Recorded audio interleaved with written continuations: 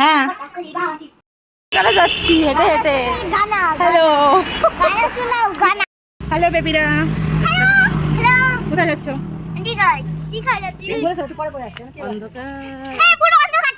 আমরা দীঘা যাচ্ছি। হ্যালো, কেমন মজা হবে বলো? তুমি মজা করতে চাও? অনেক মজা করতে চাও? অদিতা কি মজা করতে চায়?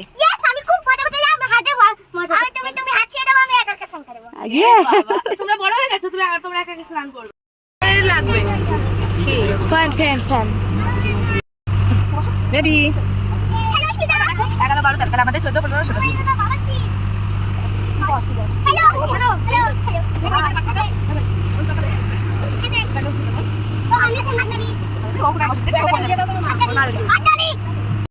বাবা বেবি কালকে দীঘা যেতে হবে, আজকে দীঘা অনেক মজা, অনেক মজা। তোমার কেমন মজা? আয়ুষ বলো তোমার কেমন মজা হচ্ছে? খুব মজা। যে কোনো জিনিস করতে গেলে না একটা মন থাকতে হয়, সেই মন না থাকলে কোনো কিছুই ভালো লাগে না। এই যে দীঘা ব্লগটি কিন্তু আমি অনেক দিন আগেই করে রেখেছি, কিন্তু এডিট করতে গেলে এমন খারাপ লাগছে, মনই চাইছে না, না ভিডিও শেয়ার করতে ইচ্ছা করছে, না কিছু করতে ইচ্ছা করছে, সেজন্য একভাবে পড়েই ছিল গ্যালারিতে। যাই হোক, আজকে চলে আসলাম তোমাদের সঙ্গে ভিডিওটি নিয়ে, আশা করছি তোমাদের খুব ভালো লাগবে। প্রতি বছর আমাদের নলডুগাড়ি থেকে 3 থেকে 4টে বাস ছাড়ে দীঘার উদ্দেশ্যে, আর আমরা মেয়েদের স্কুলের পড়াশোনা পরীক্ষা এসব রেখে একদমই যেতে পারছিলাম না, সেজন্য লাস্টের বাসে কিন্তু আমরা বেরিয়ে পড়েছি। আর আমরা রাস্তায় খুব মজা করি। গাড়িতে তো আমরা যেতেই পারি, পার্সোনাল গাড়িতে সবাই যেতে পারে, কিন্তু সেই আনন্দ কিন্তু বাসের থেকে অনেকটা কম। আশা করছি সবাই যারা বাসে যাও তারা অবশ্যই জানো। আর আনন্দ করতে করতে আমরা সকালবেলা পৌঁছেও গেছি দীঘার উদ্দেশ্যে। সামনেই দেখতে পাচ্ছ কিন্তু দীঘা গেট, তো ওই গেটটা দেখলেই কিন্তু সবাই বুঝে যাবে যে দীঘায় পৌঁছে গেছি। আমার আর অর্জিতার তো একটা সুবিধা আছে বাসে আসাতে, একদম রাত্রেবেলা তো বেরিয়ে পড়েছিলাম 11টার দিকে। তো তখন প্রথম দিকে একটু আনন্দ করেছিলাম, আর সারা রাস্তা তো ঘুমাতে ঘুমাতে এসেছি, মাঝে মাঝে উঠেছি। কোলাঘাটে ওয়েট করেছিল, সেখানে আমি আর দাঁড়াইনি, আমার বাচ্চারা গিয়ে একটু টুকিটাকি খাবার খেয়েছিল।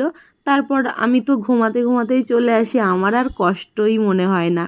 আর হ্যাঁ, আমার বরের একটা প্রবলেম, ও ঘুমাতেই পারে না, সেজন্য একটু প্রবলেম হয়।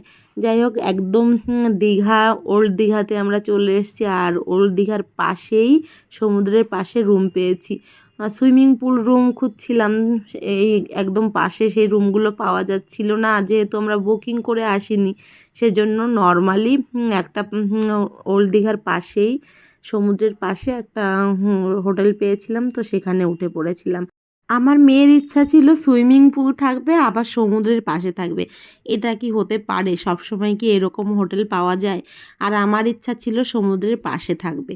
যাই হোক, আমরা ওল্ড দীঘাতেই বেশি পরিমাণে আসি, মানে প্রত্যেকবার আসি ওল্ড দীঘাতে থাকার চেষ্টা করি। এখান থেকে আমাদের একটু সুবিধা বেশি মনে হয়, এখান থেকে স্নানের জায়গা, তারপরে ঘোরার জায়গা আমি মনে করি খুব সুবিধা। তো আমরা তো স্নান করতেই আসি 2-3 ঘন্টা, 4 ঘন্টা, 5 ঘন্টাও আমরা জলে থাকি। এখানে আমরা ঘোরার থেকে স্নান করতে আসি, মানে সবাই এই প্ল্যানেই আসি যে স্নানই করব। 3 দিন যাব, 3 দিন 3 5 15 ঘন্টা আমাদের হয়ে যায় এইভাবে স্নান করি, আর পুরো কালো কুচকুচে হয়ে বাড়ি ফিরি।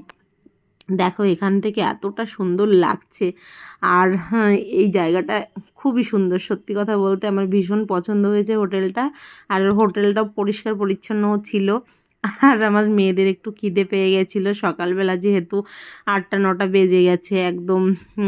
সকালবেলা তো ওরা সকাল সকাল খেয়ে নেয়, সেজন্য টুকিটাকি যে খাবারগুলো এনেছিলাম সেই খাবারগুলো খাচ্ছিল। আর আমার বর গেছিলো সব কিছু ব্যবস্থা করতে, একটা হোটেলে ঢোকা, তারপরে যে নিয়মগুলো পালন করার থাকে সেগুলো তো করতে হয়, সেই সব কাজগুলো কমপ্লিট করতে গেছে। আর টুকিটাকি যে খাবারগুলো আনতে হবে সেগুলো আনতে গেছিলো। আমরা দীঘা আসি কিন্তু বেশি বেশি পরিমাণে আনন্দ ফুর্তি করার জন্য। আর শুধুমাত্র যে টাকা খরচা করলে আনন্দ পাওয়া যাবে, খুশি পাওয়া যাবে, সেটা কিন্তু না। আনন্দটা ছোটোখাটো জিনিসে খুঁজে নিতে হয়। আমরা যেমন 2 ফ্যামিলি, আর পাশেও আরও 2 ফ্যামিলি ছিল, আমরা গাড়িতে যারা গেছি সবাই কিন্তু বন্ধুবান্ধব, সেজন্য সবাই মিলে যাচ্ছিলাম। তারপর সকালে একটু খেয়ে নিয়েছিলাম পরোটা, লুচি, এইসব আমার বাচ্চারা যে যেটা পছন্দ করে সেটাই খাওয়া হয়েছিল। আর আমরা স্নান করার জন্য চলে এসেছি রেডি হয়ে। আমার মেয়েরা তো পাগল হয়ে যায় স্নান করার জন্য, মানে ওরা আসে স্নান করতেই, রুমের ভিতর থাকতেই চায় না, চলে এসেছি স্নান করতে। আর যে কখন ফিরবো ঠিক নেই। আর হ্যাঁ, 4টে তো বেজেও যায় অনেক দিন। কি করি, স্নান করার জন্যই আসি। আমার মেয়ে তো এই ভিডিওগুলো দেখছে আর খুব মজা পাচ্ছে। আর এইসব আনন্দ ফুর্তি করি, তার ভেতর দিয়ে কিন্তু আমার সেলফি তোলা, ভিডিও করা কখনো বন্ধ হয় না। আর এর ভেতর দিয়ে কিন্তু আমি সব কিছু করি, আর এইসব সুন্দর স্মৃতিগুলো আমি ধরে রাখার চেষ্টা করি। মেয়েরা স্নান করার জন্য ছুটছিল, এইখানে বসে যে একটু ভিডিও করব সেটা আর হলো না। যাই হোক, যেটা ভেবে আসি সেটা আর হয় না। আর এই কদিনে ভিডিও তেমন করতেও পারিনি। এখানে সবাই সেজেগুজে রিল ভিডিও করতে আসে, আমার সেটাই হয়নি। সেজন্য আমি এই লং ভিডিওই করলাম। না, বাবার সঙ্গে সব সময় লেগে থাকে। কোথাও যদি ঘুরতে যায় মাকে চেনেই না, শুধু বাবা বাবা বাবা। আমার 2 মেয়ে বাবার একদম ভক্ত।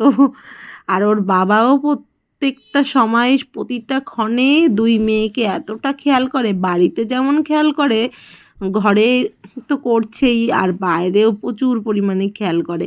আর প্রতিটা বাবা তো এটা করবেই, তাই না?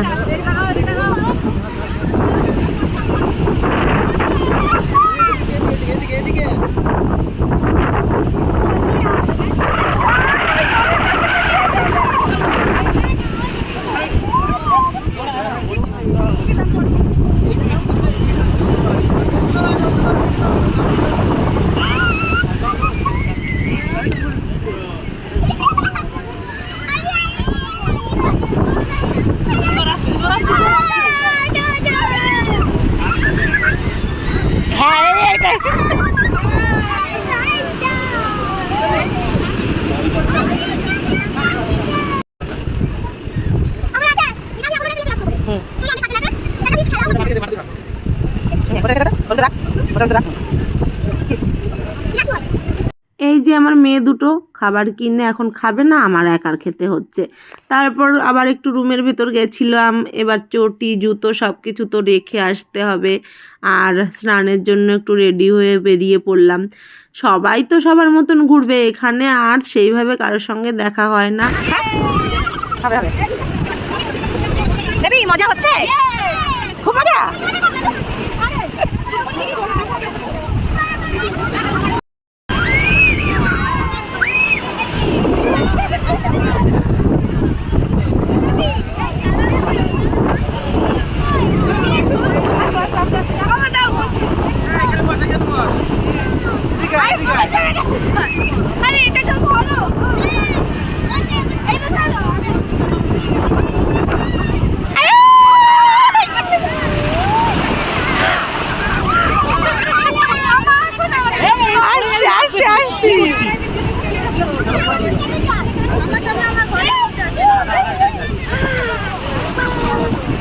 কে জল খাইছে? আয়ুষ, আয়ুষ জল খাইছে।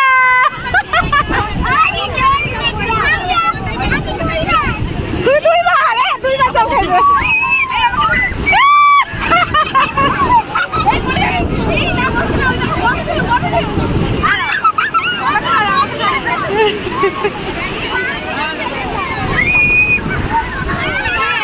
সেই মজা, কেমন মজা,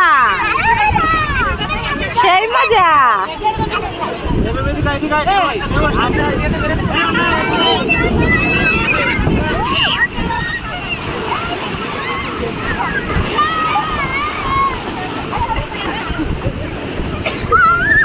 এদের সাথে সেই সকালে পরোটা লুচি এইসব খাওয়া হয়েছে 2-3 পিস করে, তারপর এই 4-5 ঘন্টা জলে স্নান, কেমন কষ্ট হয়। এরপর আমরা দুপুরবেলা খেতে চলে এসেছি, টাটা।